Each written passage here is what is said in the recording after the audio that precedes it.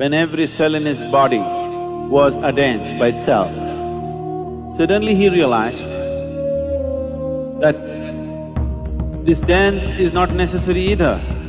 And he noticed, at the peak of his dance, there was absolute stillness. So he sat down as an ascetic, unmoving, utterly still. Everywhere you see a Trishul, don't think it's a weapon. I know some people are using it as a weapon.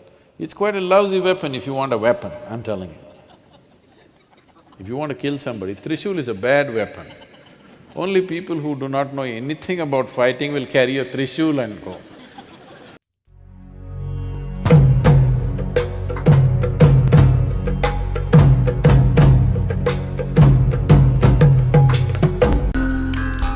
See, Brahma, Vishnu, Mahesh means don't think of three people, one floating on the clouds,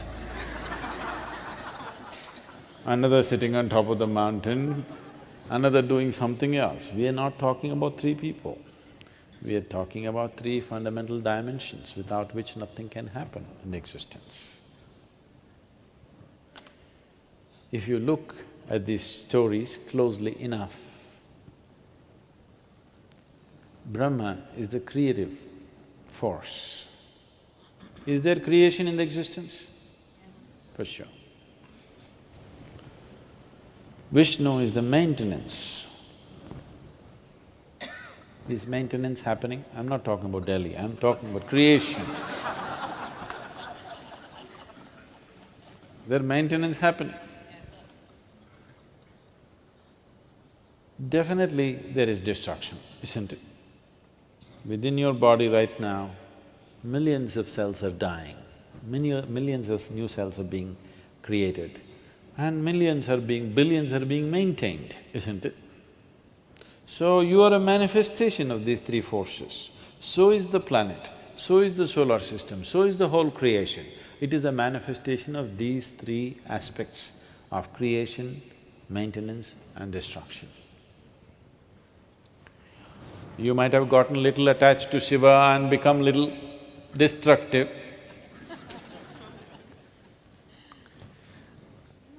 But all the three are functioning in some proportion, isn't it? And that is the basis of the whole cosmos. And also, the macro is also the same three forces. The micro is also the same three forces. The very atom has the same three forces, and the very cosmos has the same three forces. It is quite a simple creation, I'm telling you. Just three fundamental forces, three fundamental qualities playing such a huge game. Huge game, isn't it? Big time, isn't it? Big time game, just three forces. Doing great job with just three. So these three are three, but if you go deep enough, it's just one hand, just like that it's just one. That is the significance. Everywhere you see a Trishul, don't think it's a weapon. I know some people are using it as a weapon. It's quite a lousy weapon if you want a weapon, I'm telling you. If you want to kill somebody, Trishul is a bad weapon.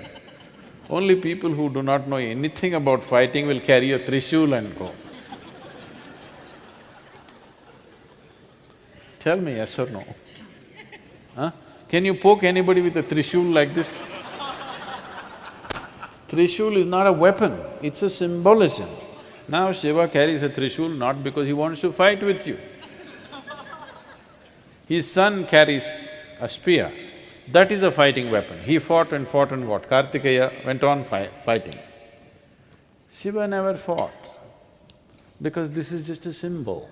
This is to show you, on the surface it's all three, deep down everything is one. Constantly indicating this. You thinking it's a weapon. No, it's not a weapon. It doesn't make a sensible weapon, isn't it? Unless you want to push people.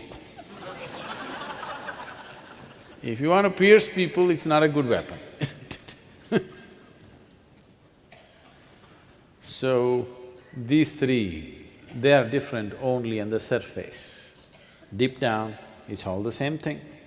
But the three manifestations are distinctly there in the creation in all aspects. From proton, neutron, electron to many other levels of manifestation, it is always there. So,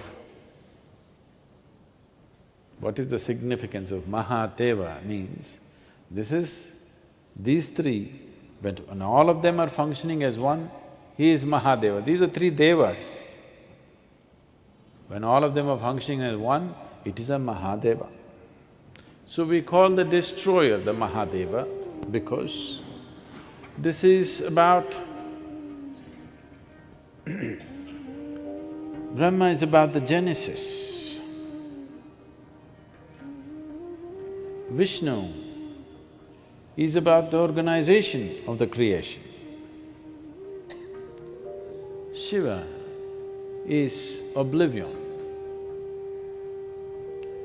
These two, creation and maintenance, only exists in the lap of the oblivion.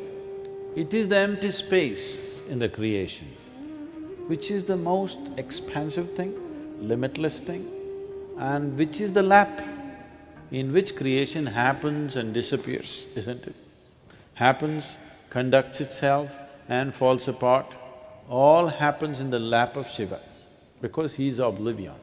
Shiva means that which is not. Shiva means that which is not. So that which is not we bow down, because that is the thing. Then Shiva sat down and looked at the creation very carefully, observed every creature, and then he wanted to know his own mind. So he closed his eyes and started looking at the nature of his own creation, his own mind. And when he realized, when his realization came to a certain absoluteness, that actually creation is without attribute, each individual can make whatever he wants. The mind is attributeless. So when he realized this, then he became so ecstatic that he jumped and danced. He danced wildly out of his joy and ecstasy.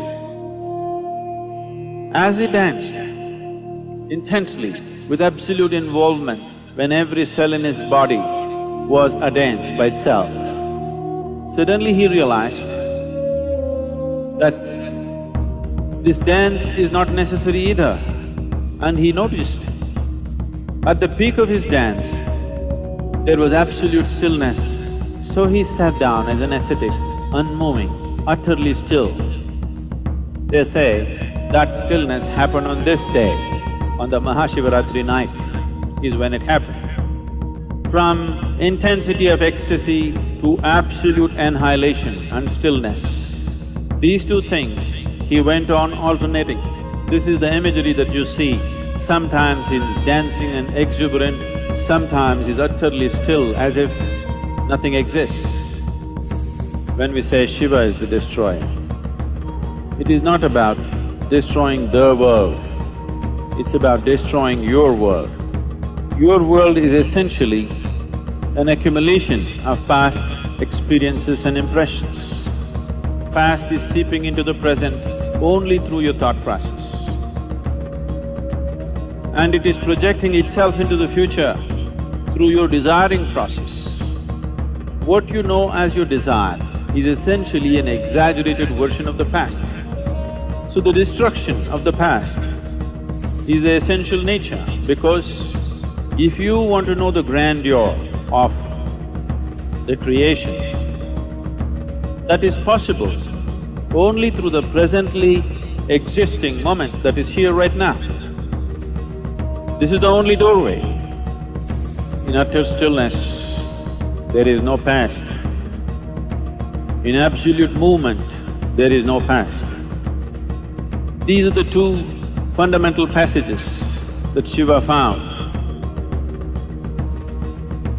to give access to that which is creation and the source of creation.